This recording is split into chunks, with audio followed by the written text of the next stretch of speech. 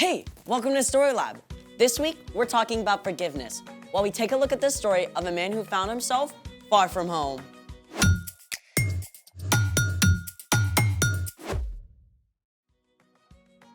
Hey, I'm Skylar. And I'm Sebastian, We're talking about forgiveness. which is deciding that someone who has wronged you doesn't have to pay. What's that? I thought I tried my hand at a little sketch for today's show. Can I see it? It's not good. Please. I mean, It looked really good from what I saw. Can I see it? okay.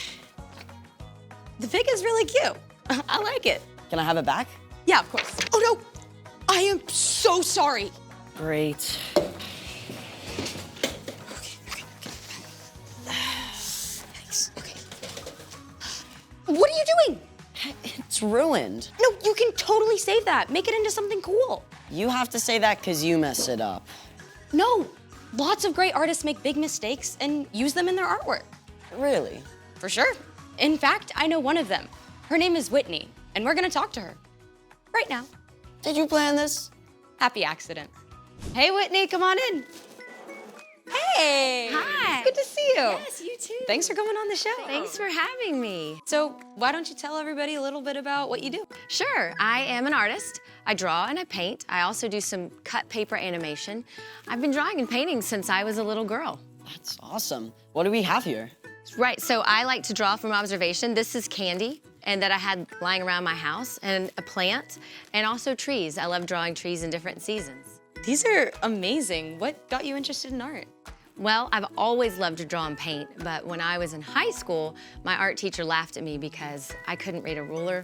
And she said, "You're gonna be an art teacher," and that is exactly what I did. Yeah, I mean, whenever I like to paint, it always turns into some unrecognizable color blotches. Well, I made a lot of mistakes too when I first started painting, and I still struggle with how to create what I see in my imagination. So, what do you do with your mistakes? Well, I like to say that I repurpose them. Take this, for example. I was using my hot glue gun, and it dripped all over this canvas I was already working on. Honestly, it still looks pretty cool to me, but I get what you mean. So, how will you repurpose that?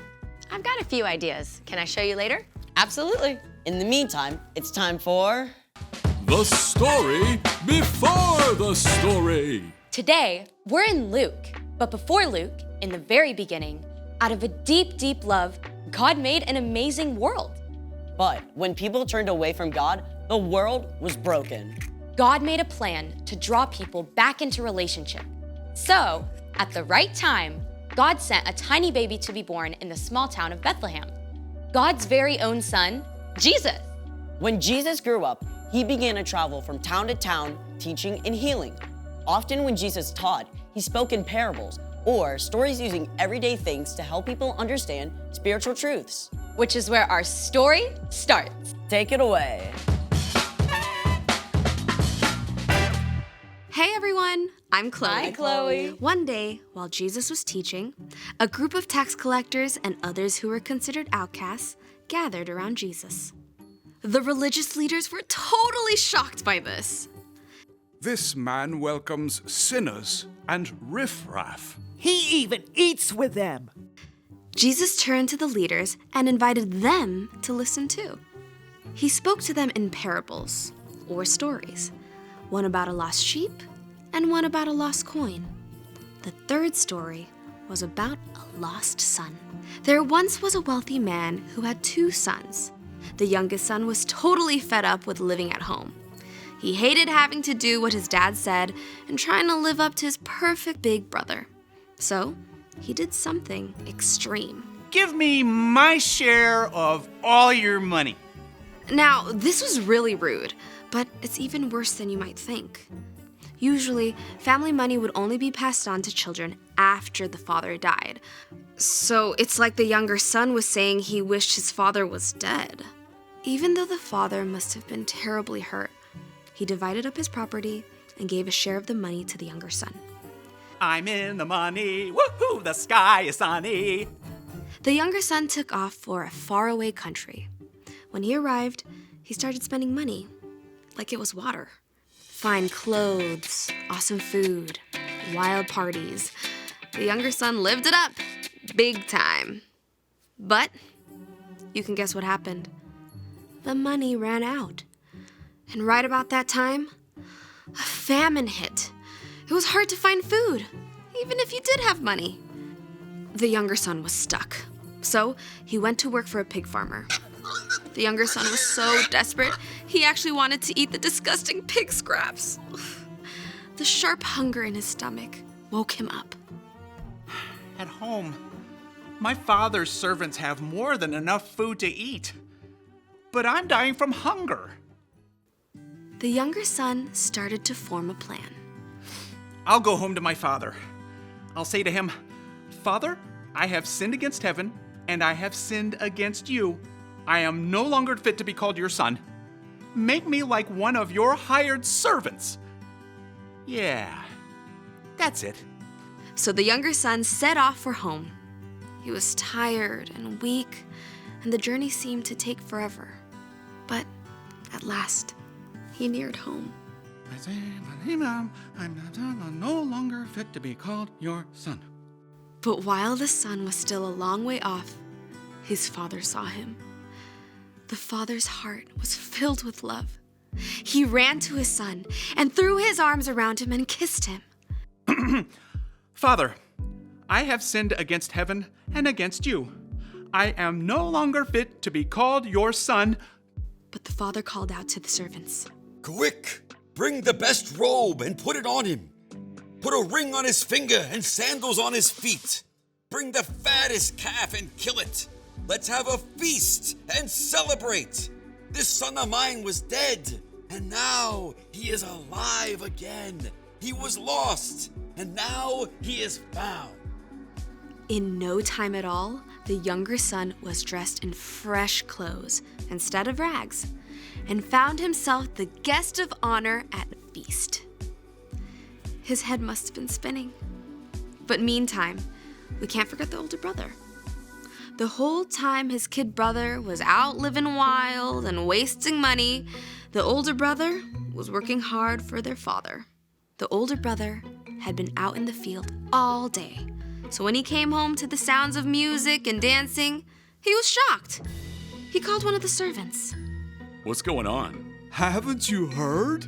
Your brother came back. Your dad's so excited, he killed the fattest calf for a party. What? You should come in. Your father's looking for you. Let me think. No. Just think what you'd feel like if you were the older brother.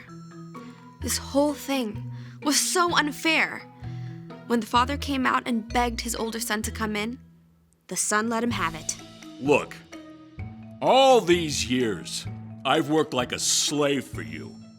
I have always obeyed your orders. You never gave me even a young goat so I could celebrate with my friends. But this son of yours wasted your money on crazy things. Now he comes home, and for him, you killed the fattest calf. The father looked on his older son with the same love he gave his younger son. My son, you are always with me. Everything I have is yours. But we had to celebrate and be glad. This brother of yours was dead, and now he is alive again. He was lost, and now he is found. And that's the end. Jesus didn't tell the crowd what happened next. Maybe the older brother had a change of heart and came inside to have a blast with his brother. Or maybe he held on to his anger and stayed outside, alone. The end. Wow, there is a lot going on in that story. Yeah, sometimes I get the younger brother. Sometimes I want to do what I want to do. But then also sometimes I feel like the older brother, and I want everything to be perfectly fair. They both needed forgiveness. The younger brother for being hurtful and making really poor decisions. And the older one for being angry and bitter. So, what's our part in the story? Well, the father forgave both his sons. He forgave the son who did big, bold, awful things, but he also forgave the son who did everything right on the outside, but had a hard, bitter heart. And God is just like that father. God is always ready to forgive you for what you've done, no matter how big or small. If you go on a website that your parents specifically told you is off limits. Or you had a rotten attitude when your mom asked you to do something. if you lie about brushing your teeth. No matter what, you can always come back to God and know that God will forgive you. Just like the younger son. And the older one, too. Knowing God will forgive you is never an excuse to try getting away with something. You will only hurt yourself and others. But you can have absolute confidence that God will always welcome you back, no matter what. It's the most amazing news ever. You got that right. See you next time. Bye, Chloe. So here's the thing. God will always forgive you. Yeah, God is like a master artist. He takes our messes and mistakes and turns them into something beautiful. Speaking of which, Hey there. Hey. we're so excited to see what you did with your mess up. Well, here you go. Wow. I took my hot glue gun and I added more hot glue and then I turned it into flowers. It looks like you did it on purpose.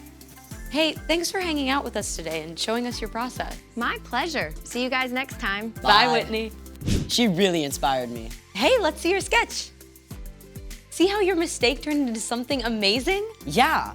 Thanks for joining us in the Story Lab. See you next time.